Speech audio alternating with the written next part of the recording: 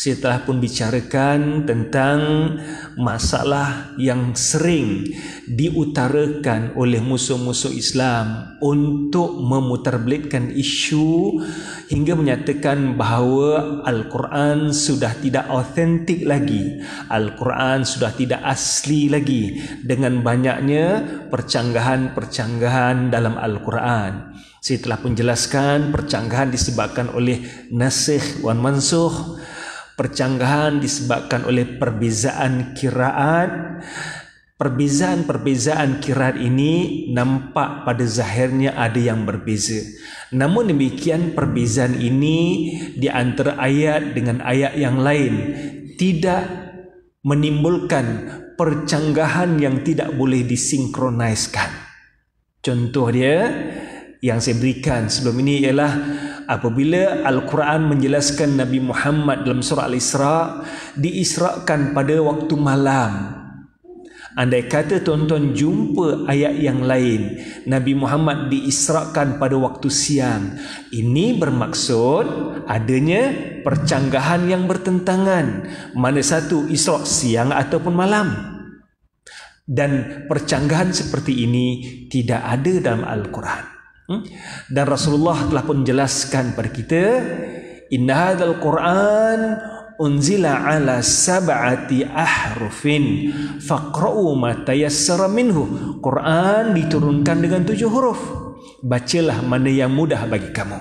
Kita dah bicarakan panjang lebar tentang ilmu qiraat dan pada bulan lepas saya telah membicarakan tentang bagaimana penulisan nama Nabi Ibrahim dalam Al-Quran. Pada malam ini kita beralih pula percanggahan dalam Bible. Kita bandingkan percanggahan dalam Quran dengan percanggahan dalam Bible. Bagaimana orang Kristian yang banyak membicarakan tentang keaslian Al-Quran yang diragui kerana ada perbezaan ini, bagaimana percanggahan-percanggahan yang ada dalam Bible. Apakah percanggahan itu, perbezaan itu sama dengan Al-Quran ataupun ia lebih parah yang boleh dikatakan bahawa percanggahan ini adalah sebagai bukti bahawa keaslian Al-Quran, keaslian Bible itu memang diragui. Okey, saya akan bawa pada tuan-tuan beberapa poin-poin, tajuk-tajuk, kemudian di bawah tajuk itu ada beberapa contoh yang berbeza. Okey, perkara yang pertama dahulu, perbezaan daripada jumlah buku.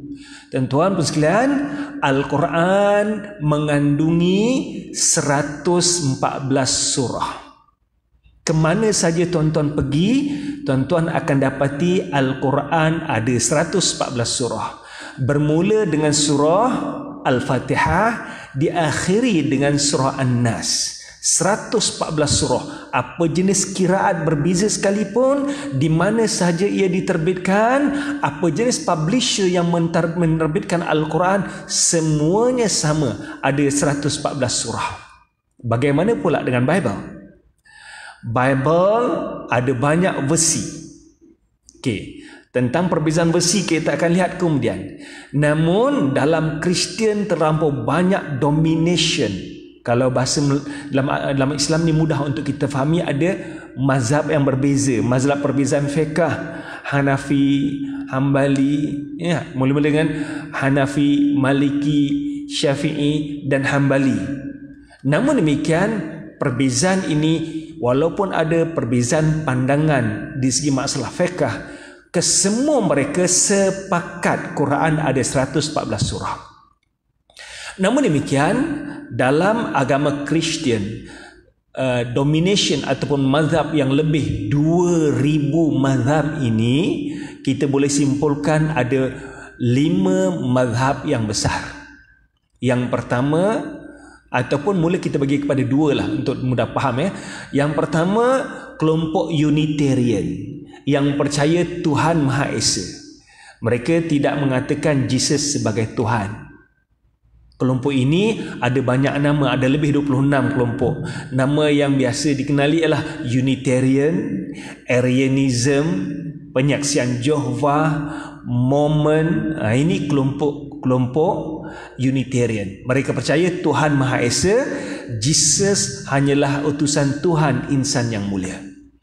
Manakala kelompok yang kedua adalah kelompok Trinitarian. Mereka yang percaya the Father is God, the Son is God, the Holy Ghost is God, but they are not three God, they are one God. Okay. Pernah saya jelaskan dahulu bahawa pada tahun 325 Masihi berlakunya Council of Nicaea, Council yang pertama di Nicea, sekarang berada di Turki. Di dalam council ini, pengiktirafan secara rasmi bahawa Jesus adalah Tuhan diterima pakai dalam agama Kristian. Walaupun sehingga sekarang masih lagi wujud aliran Tauhid dan aliran Trinity. Okay. Kemudian aliran Trinity ini berpecah pada domination yang berbeza-beza. Mungkin boleh kita simpulkan mudah untuk dapat gambaran, ada 4 kelompok yang besar, iaitu Ortodoks, Katolik, Protestan dan Anglican. Saya tak pergi detail malam ni tuan-tuan kelompok-kelompok ini, cuma saya nak tunjukkan perbezaan dari segi buku sahaja. Okey, daripada kelompok yang ada ini kita boleh simpulkan 3 kelompok yang besar yang mempunyai perbezaan jumlah buku. Kalau tuan-tuan ingat kembali di kala mana saya bicarakan tentang Bible terbahagi kepada 2 bahagian, iaitu Perjanjian Baharu, New Testament, dan Perjanjian Lama, Old Testament. Setiap buku perjanjian ini ada banyak buku-buku kecil. Kita panggil surah, Al-Quran panggil surah, Bible Kristian panggil buku. Okey, Perjanjian Baharu dengan Perjanjian Lama, ataupun New Testament dengan Old Testament. Untuk makluman tuan-tuan semua, mereka semua sepakat daripada 3 kelompok ini, Ortodoks, Katolik dan Protestan, mereka percaya bahawa jumlah buku dalam New Testament semua sama, 27 buku. Okay. Tetapi mereka bercanggah jumlah buku dalam Perjanjian Lama yang akhirnya menyebabkan jumlah keseluruhan buku berbeza. Bagi penganut agama Kristian Ortodoks percaya bahawa jumlah Bible, buku yang betul dalam Bible adalah 80 buku. Manakala Katolik pula percaya Bible yang betul mengandungi 73 buku. Dan Protestan pula percaya Bible yang betul hanya mengandungi 66 buku. Perbezaan di antara Protestan dengan Ortodoks ialah 14 buku. Dan kelompok Protestan melabelkan 14 buku yang berbeza ini sebagai apocryphal. Mudah nak faham bahasa kita ni macam hadis palsu yang tidak boleh diterima pakai bagi orang Protestan. Cuba tuan-tuan bayangkan, kita di Malaysia, kita baca Quran, total Quran ada 114 surah. Tiba-tiba kita pergi Indonesia, kita jumpa semua Quran hanya ada 100 surah. Kita pergi Mekah pula, Quran ada 105 surah. Kita pergi ke Amerika, ada 100 surah. Kita pergi ke Mexico, tinggal 90 surah. Kita pergi ke Afrika, tinggal 80 surah. Kita akan tertanya-tanya, mana satu Quran yang betul? Quran 80 surah ke? 90 surah ke? 100 surah, 114 surah. Demikian juga persoalan yang timbul dalam Bible.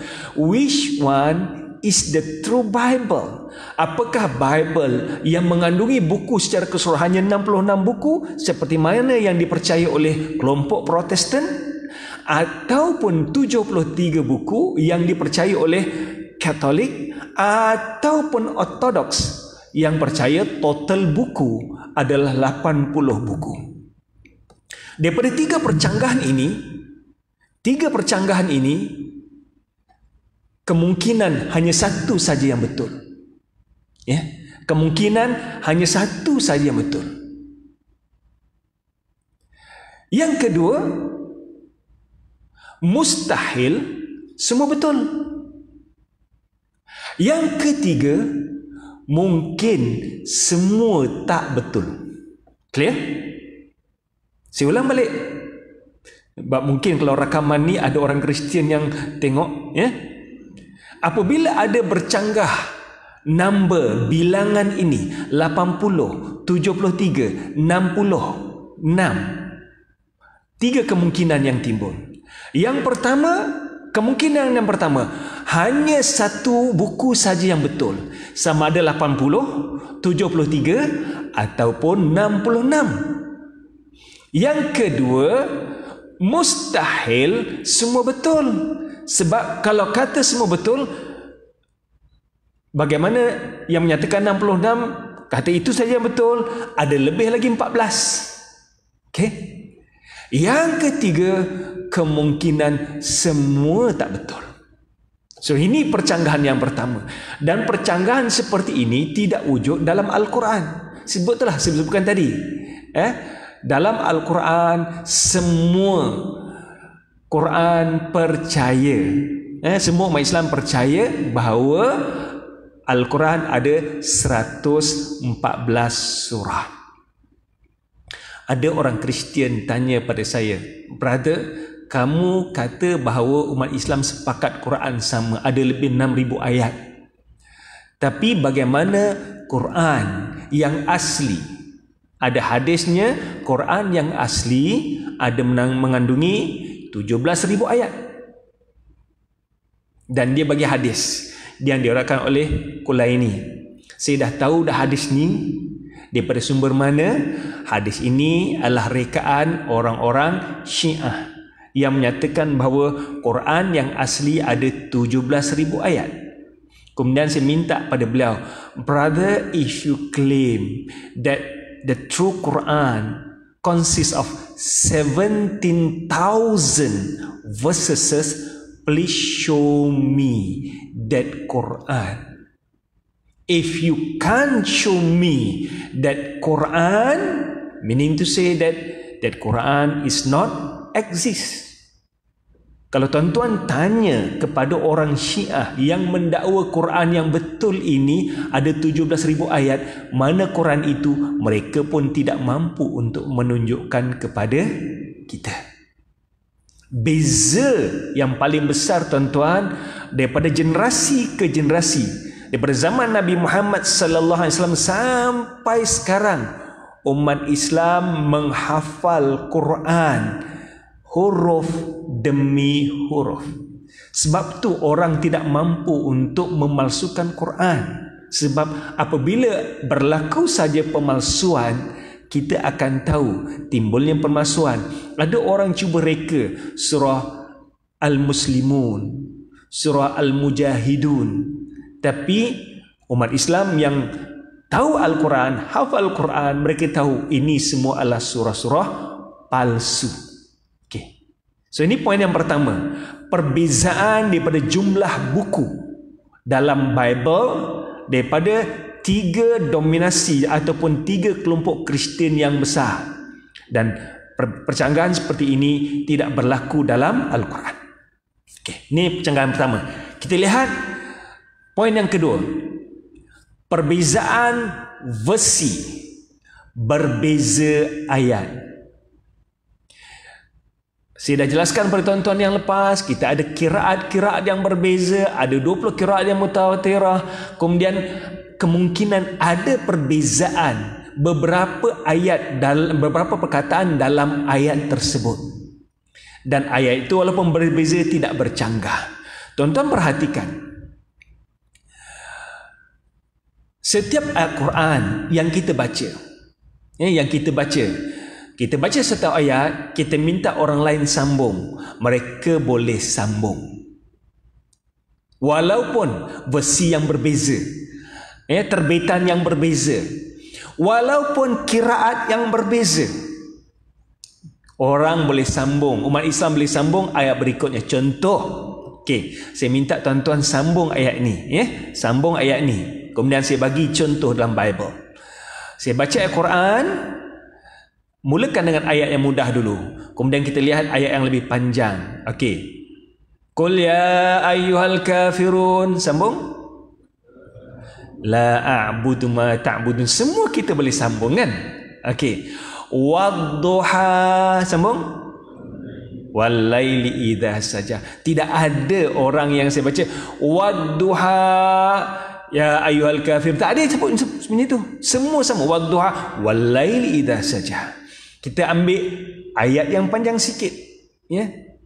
Innaka laminal mursalin. Sambung.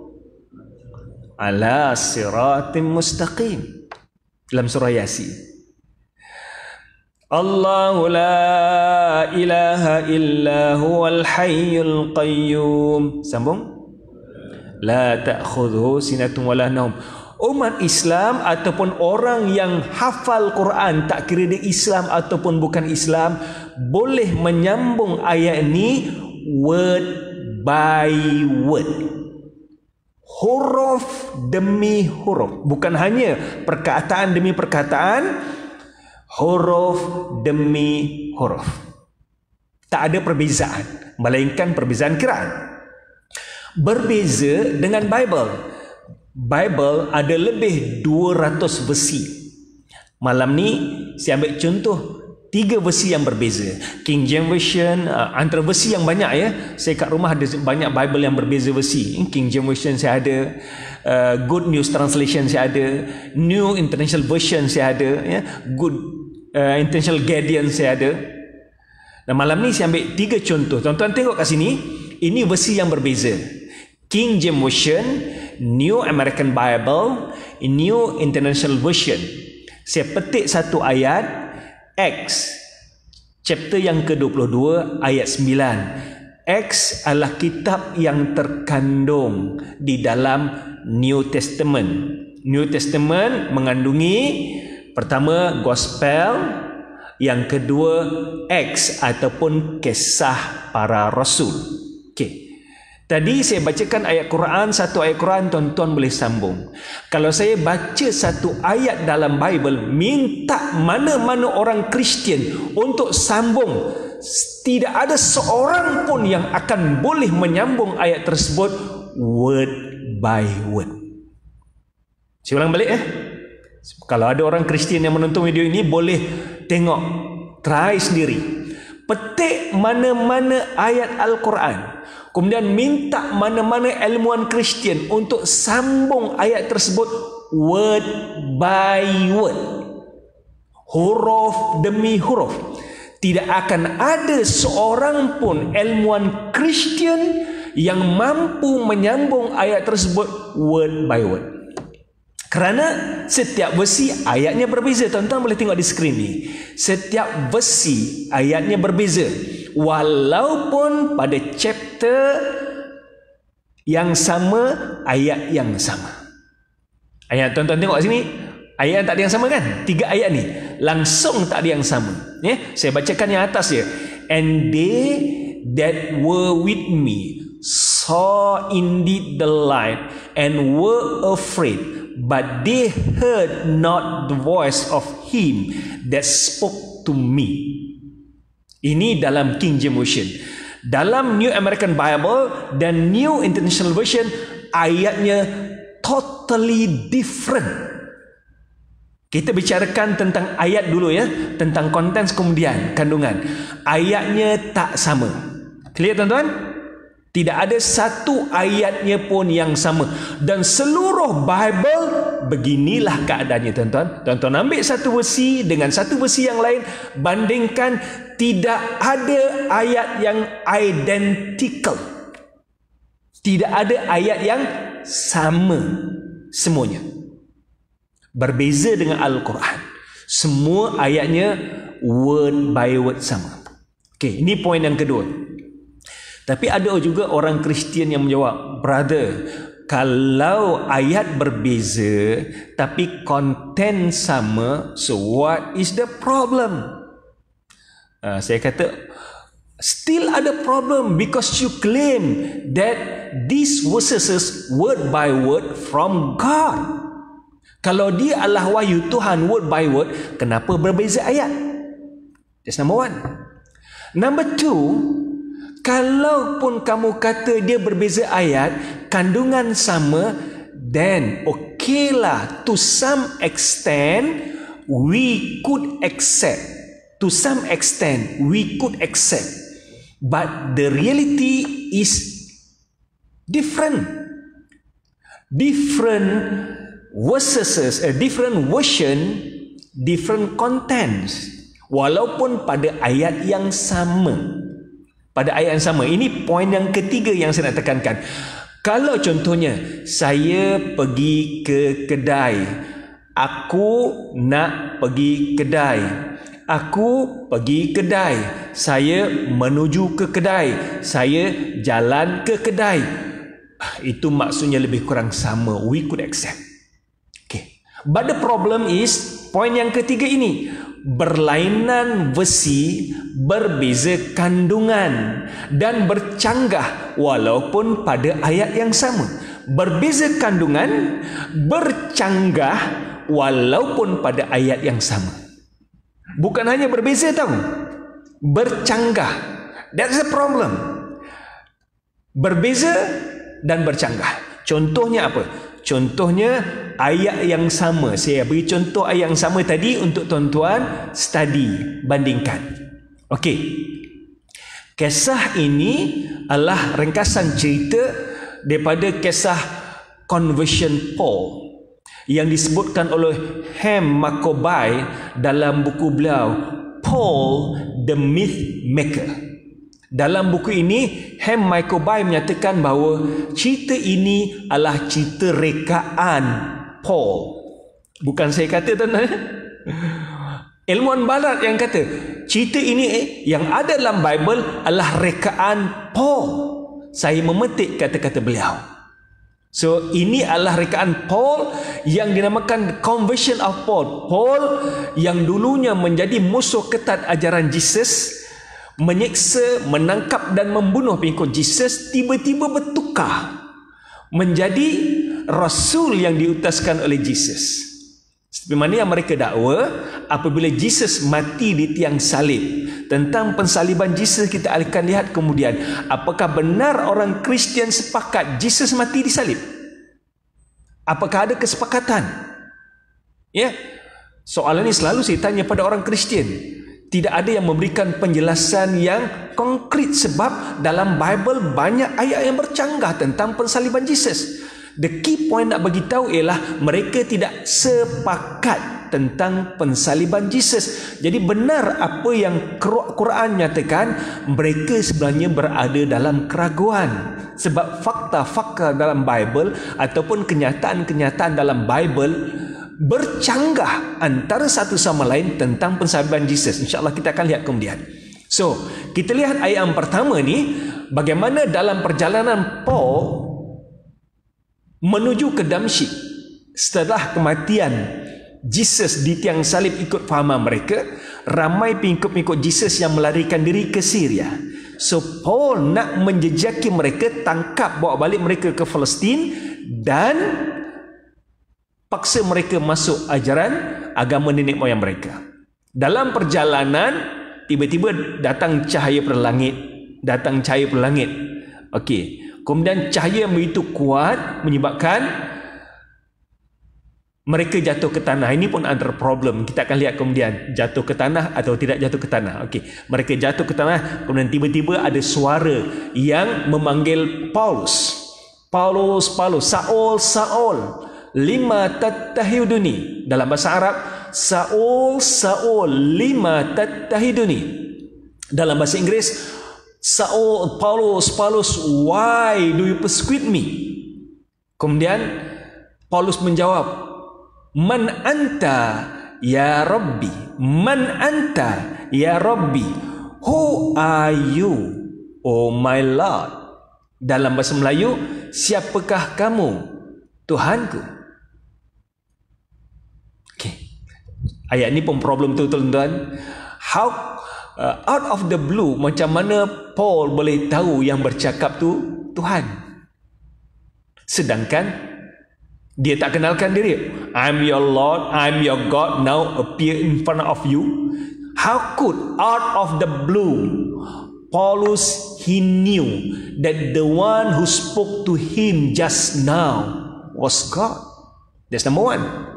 Number two, if he knew that the one who spoke to him just now was God, why should he ask, who are you? Nampak tak?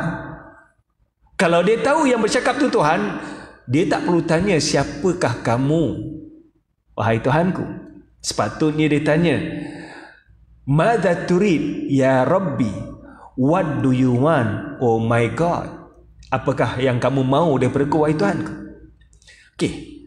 So apabila cahaya ini timbul, datang, ini sikun dia menceritakan, and they that were with me saw indeed the light and were afraid, but they heard not the voice of him that spoke to me. Ada 3 warna di sini tuan-tuan. Warna biru, warna merah dan warna hitam. Untuk jimatkan masa, saya bandingkan King James Version dengan New International Version. Yang New American Bible saya sentuh sikit-sikit ya. Okey, maksudnya lebih kurang, mereka yang bersama aku melihat cahaya yang datang dari langit, cahaya yang datang dari langit tadi, and were afraid, warna biru, dan mereka ketakutan. But they heard not the voice, kemudian warna merah, mereka tidak mendengar suara of him that spoke to me. Mereka tak mendengar suara yang bercakap dengan aku. Okey, ada 3 berapa fakta. Mereka semua lihat cahaya, mereka ketakutan, mereka mendengar, mereka tidak mendengar suara. Ini beberapa fakta yang ditimbulkan dalam ayat ini. Tengok yang bawah sekali. Pertamanya, ayat berbeza, ayat tak sama. Yang kedua, ada fakta yang hilang. My companions saw the light, but did not understand the voice of him who was speaking to me. My companion, teman-teman aku, melihat cahaya. Perhatikan tuan-tuan, ayat yang saya birukan di atas, and were afraid, hilang dalam New International Version. Tidak ada dalam New International Version dan tidak ada dalam New American Bible. Satu ayat lengkap. Dan mereka ketakutan, mereka kebimbangan, and were afraid, hilang. Persoalan yang timbul, apakah ayat ini memang sebenarnya ada seperti mana yang ada dalam King James Version, tetapi telah pun dibuang dalam New American Bible dan New International Version? Ataupun ayat ini sebenarnya tidak wujud seperti mana dalam NIV dan NAB, tetapi sengaja ditambah-tambah dalam KJV untuk sedapkan cerita. Mana satu yang betul? Okey, tu yang warna biru. Kita lihat yang warna merah pula. But they heard not the voice. Mereka tidak mendengar suara. Okey, cuba tengok yang bawah. They did not understand the voice. Mereka tidak memahami. So nampak tak perbezaan? Ayat yang pertama menyatakan bahawa mereka tidak mendengar suara. Ayat yang kedua menyatakan mereka tidak faham suara. Dalam New American Bible hampir sama, mereka tidak memahami suara, sama dengan KJV. Tapi dalam New International Version ialah mereka tak faham suara. So mana satu yang betul? Mereka tak faham ataupun tak dengar.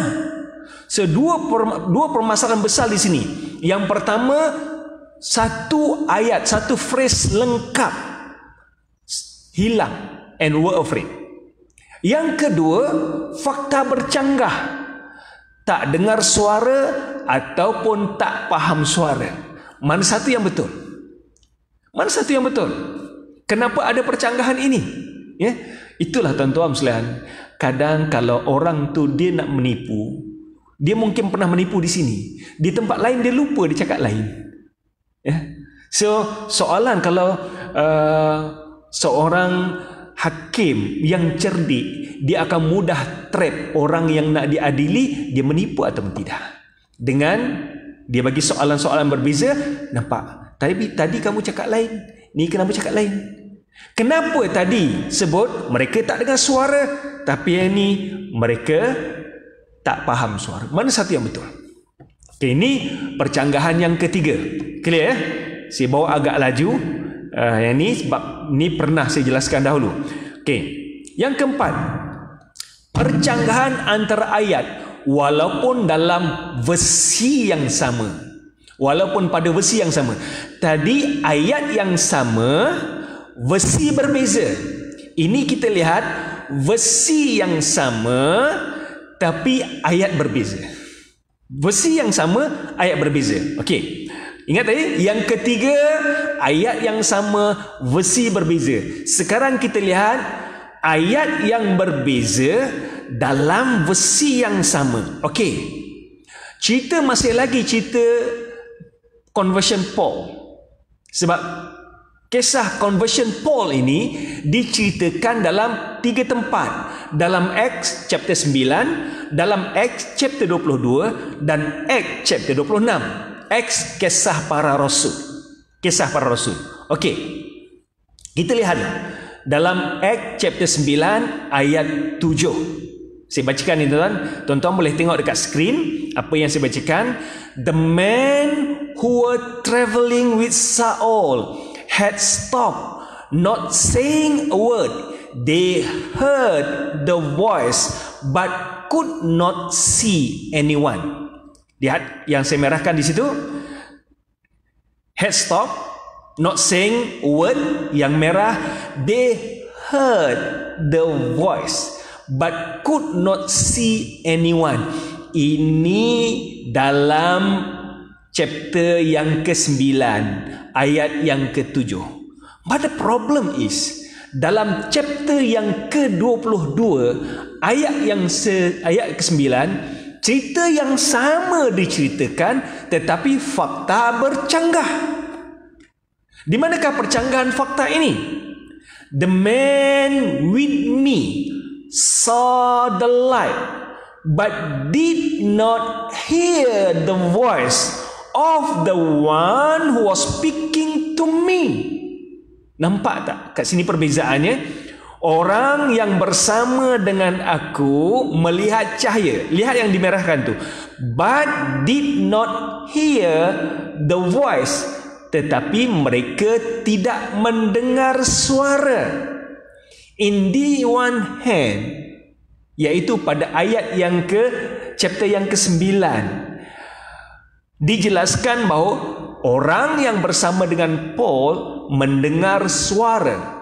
But on the other hand, pada chapter yang ke-22, Paul sendiri menyatakan bahawa orang yang bersama dengan dia tidak mendengar suara.